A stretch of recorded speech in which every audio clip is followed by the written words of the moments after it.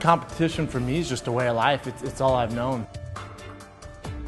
You know, when I was little, in order to fit in the neighborhood where I grew up in, you had to be good at sports. Consistency is the key when it comes to competing at a high level. I think there's a lot of good guys out there. There's a ton of good fighters, but it's being consistent. It's not how good you are, it's how long you're good. I think what separates me in the gym, you know, everyone works hard to get to this level. You know, there's only, I think, 25 heavyweights in the world in the UFC. So to be in the top 10 or top 15, wherever they have me right now, you have to work your ass off, and I'm aware of that. You know, people refer to training camps. To me, there is no training camp. It's life. It's a lifestyle. This is all I do. I train every single day. I work my tail off just because I want to be the best. Because I wake up in the morning and I have this sense of, it's almost an urgency, sense of urgency, and it stresses me out because I imagine what my competition's doing or what the champ is doing, and I just assume they're doing, you know, what I'm doing, if not more. So I'm motivated by fear, I'd say. The belt's the only reason I do this. I mean, you see the work I put in. Man, if I didn't think I could be the best, I wouldn't do it. It's too much. It's too much. You gotta be crazy to do this, to be just a guy. You gotta be crazy.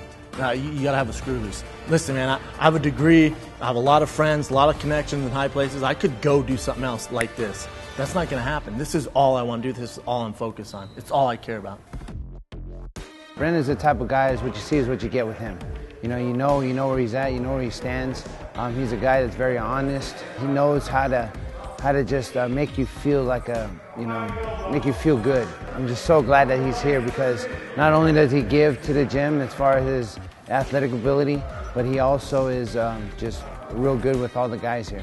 I think as far as the criticism goes, it's what you sign up for. When you put yourself on stage, you're putting yourself up there to be critiqued. So it doesn't bother me. It bothers me if I don't meet my coach's expectations or my own expectations. Being a fighter's easy when you're winning. When you're winning, you're knocking guys out, you're doing interviews, you're at these after parties, you have all these sponsors knocking at your door. Man, that's the easy part. You don't learn anything from that. Believe me, you've been there. And then when you lose, that's when you find out if this is for you. Listen, if you're winning, then it'd be easy. Then it's not called fighting, then you're just a bully. If you're beating everybody, you're just a bully, and you're not gonna learn much.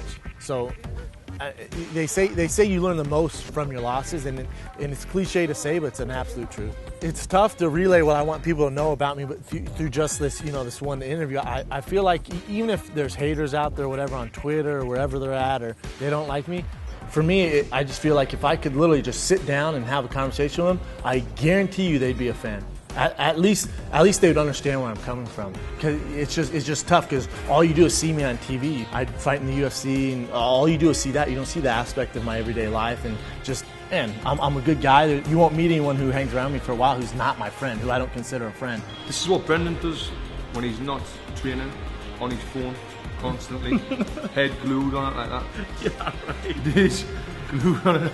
If you're a good person, good things happen to you. So.